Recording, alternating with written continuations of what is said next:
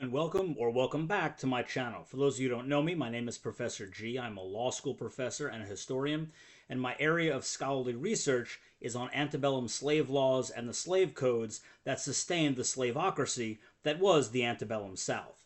If you're new here, please remember to like and subscribe so you can learn about the horrors that was the antebellum South and the legal system that maintained and continued the institution of African slavery. So I made a video a couple of days ago which, after Trump had announced that he was going to change the names of military bases back to Confederate generals, Matt Walsh had then published a video on YouTube about how General Lee was a noble and honorable man. And I simply couldn't allow this video to stand without making a response to it because we know historically that's not true. General Lee was in fact a monster, he was an enslaver, and the things that he did to the slaves that he not only owned but inherited from his father-in-law, who were commanded in his father-in-law's will to be freed, that Lee tried twice legally to stop that manumission, that emancipation, the way he treated them, especially those who fled and ran away because they had been promised their freedom that Lee denied, shows what a horrific monster he actually was. And that's not even talking about his failures as a military leader or as a human being in general, but merely his reaction and his support for the institution of slavery and his desire to fight and possibly die to maintain that system, the slaveocracy that was the Confederacy and prior to that the antebellum South. So that video got a lot of attention. And it got a lot of negative racist comments on it, which is par for the course and something that I expect. But as someone who tries to stop revisionist historians and revisionist history from happening here on YouTube and in, general population as a whole, I ask that you do your best to like and subscribe and share these videos so we can do our best to combat this narrative that is now coming out of the woodwork, especially with the announcement of Confederate names being reapplied to bases. So one of the important things to remember is not just General Lee, but these names, Hood, A.P. Hill, Bragg, all of these names that are now being reverted back to Confederate generals, these were people who were fighting for a society that was a slave society, not a society with slaves, not like an ancient Rome or an ancient Greece that had slaves within the society, but a society that is entirely based around the institution of slavery, where every white person, not just the plantation and slave owners, while it is true that around less than 2% of white Southerners own more than 200 slaves when you think of large plantations,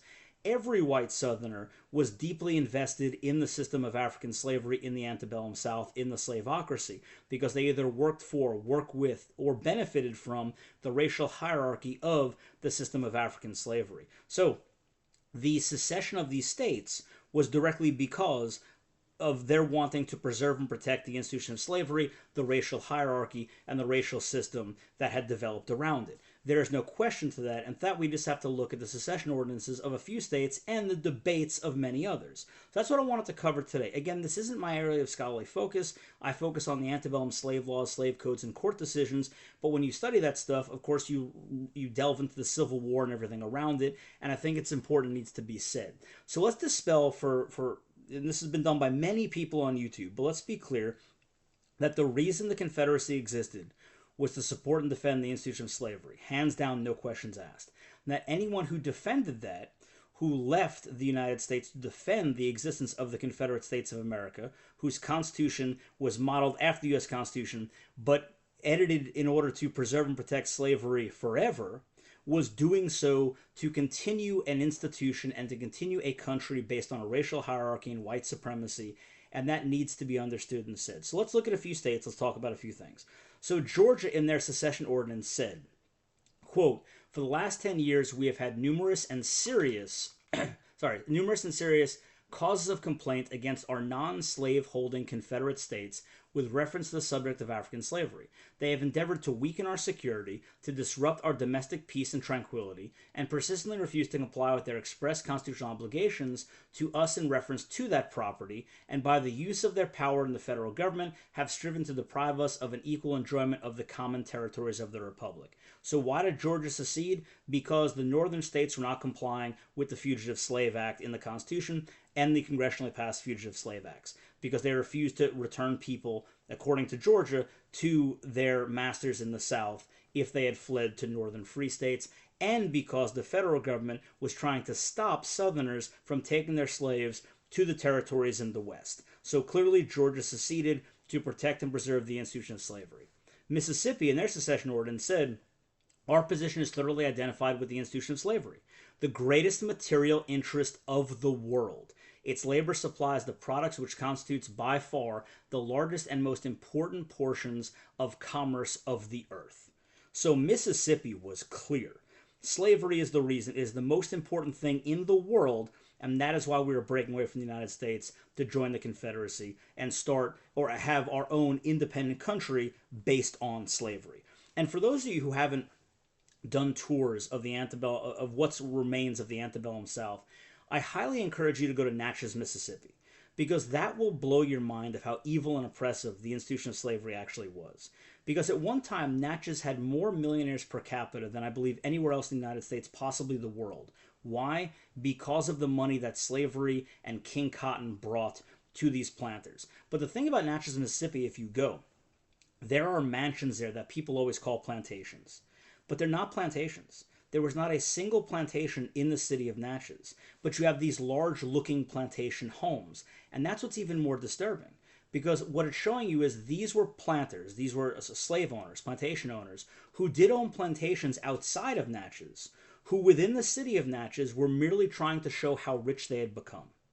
And when you see these homes that are not connected to plantations, right? There are other homes, other big houses on those plantations that the enslavers could have used while they're at the plantation. But these shows of wealth within the city were simply that. Massive shows of how much money these planters had gained off of the backs of enslaved Africans. So I encourage you to go simply because they are not plantation homes. They really are just signs of how wealthy white enslavers became because of the institution of slavery. But let's move on. So that's Mississippi. South Carolina, in their secession ordinance, said, but an increasing hostility on the part of the non-slaveholding states to the institution of slavery has led to a disregard of their obligations, and the laws of the general government have ceased to affect the objects of the Constitution. So again, what South Carolina is arguing about is that the northern states are not complying by the Fugitive Slave Act, they're not returning escaped slaves, and of course their fear that the federal government would eventually be weaponized to end the institution of slavery. That is why they're seceding from the Union. Texas, by consolidating their strength, they have placed the slaveholding states in a hopeless minority in the federal Congress, and rendered representation of no avail in protecting Southern rights against their exactions and encroachments. They have, for years past, encouraged and sustained lawless organizations to steal our slaves and prevent their recapture. Texas, federal government, we're afraid the non-slaveholding states are getting too much power. That will become a direct attack to our institution of slavery, and our slaves who escape, you're not returning them to us. So, therefore, we're leaving the Union to protect the fact that our entire society is based on the institution of slavery. Virginia, their secession ordinance. The federal government having prevented said powers, not only to the injury of the people of Virginia, but to the oppression of the southern slaveholding states. Again, claiming the federal government is abusing its power. How are they abusing its power? In order to try and stop or end the institution of slavery. All right, now here, some people are going to say, well, other states didn't mention slavery in their secession ordinance. Here in Louisiana, great example, not mention the ordinance itself. But all you have to do is look up the notes and minutes of the secession convention, and they make it clear that it is about slavery. Over and over again, they discuss seceding with the slaveholding South,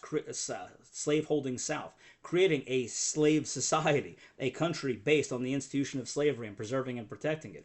These aren't hard to find. You just have to look for it.